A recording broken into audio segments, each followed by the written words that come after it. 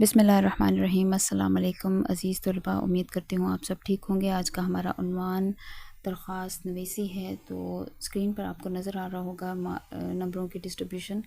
तो उसमें बाहितमत जनाब प्रिंसिपल गवर्नमेंट कॉलेज शहर अलिफ बे जीम जो है वो 1 नंबर की लाइन है।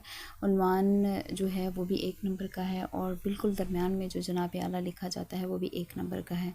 इसके अलावा नफ्स मज़मून जो है वो आपका 5 नंबर का है।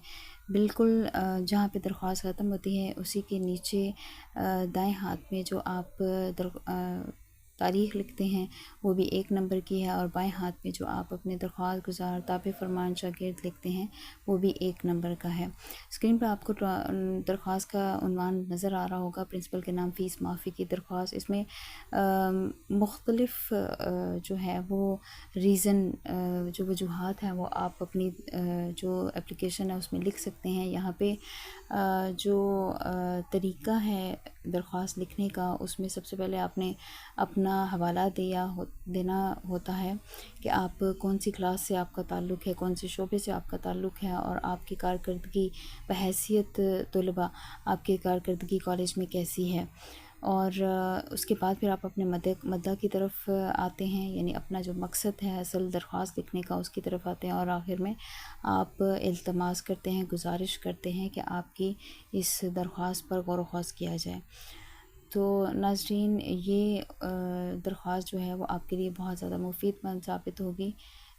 इसे आप याद करके, या इससे भी आसान कोई रीज़न आपको लगता है तो वो आप लिख कर जो है वो रावलपिंडी बोर्ड के तलबा जो हैं वो 10 नंबर हासिल कर सकते हैं, जबकि फ़ेडरल बोर्ड के तलबा जो हैं वो 5 नंबर हासिल कर सकते हैं। नेक्स्ट है प्रिंसिपल के नाम हसूल सनद किरदार, यानी 2 साल का सेशन जब आप कंप्लीट कर लेते हैं तो उसके बाद जो आपको कैरेक्टर सर्टिफिकेट हासिल करना होता है उसके बारे में दरख्वास्त आपने लिखनी होती है।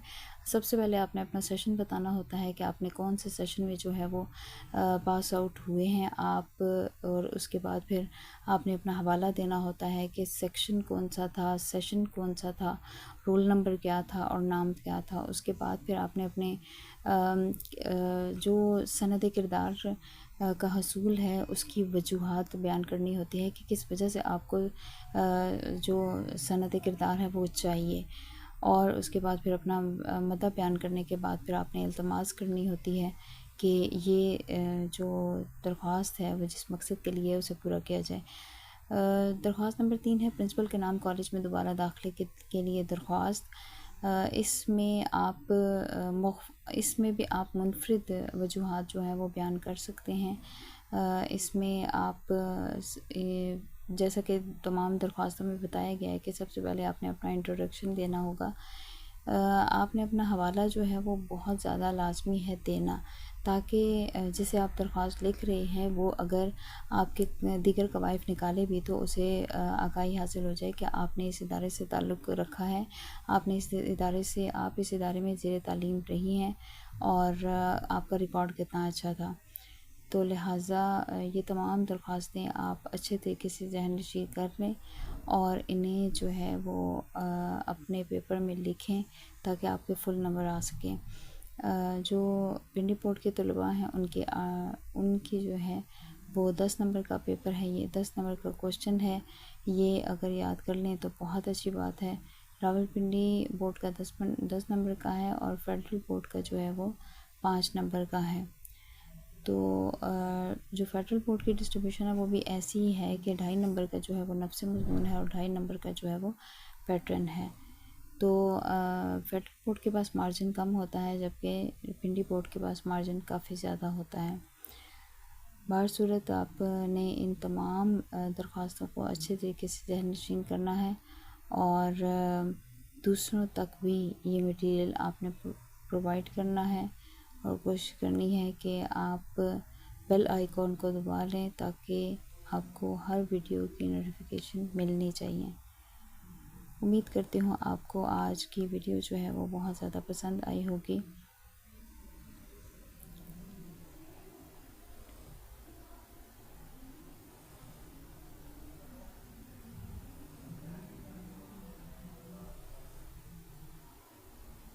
तो नाज़रीन, आपने ये तमाम दरख्वास्तें जो हैं वो देख ली हैं कि किस तरह से आपके सामने पेश की गई हैं, और इन दरख्वास्तों को आपने याद करना है और हमारी कोशिश होगी कि हम मज़ीद जो मटीरियल है, मज़ीद जो मवाद है उसको भी अपलोड करें, ताकि जो बच्चे किताबें ख़रीद नहीं सकते वो एटलीस्ट सुन सकते हैं और महसूस कर सकते हैं और देख सकते हैं।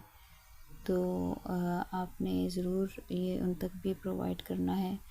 आगे है मज़मून की तब्दीली की दरख्वास्त, वो भी आप उसमें भी डिफरेंट जो है वो हवालाजात लिख सकते हैं, डिफरेंट वजूहात लिख सकते हैं, लेकिन उनसे ताल्लुक़ आपके उन्वान से जो है वो ताल्लुक़ रखती हो।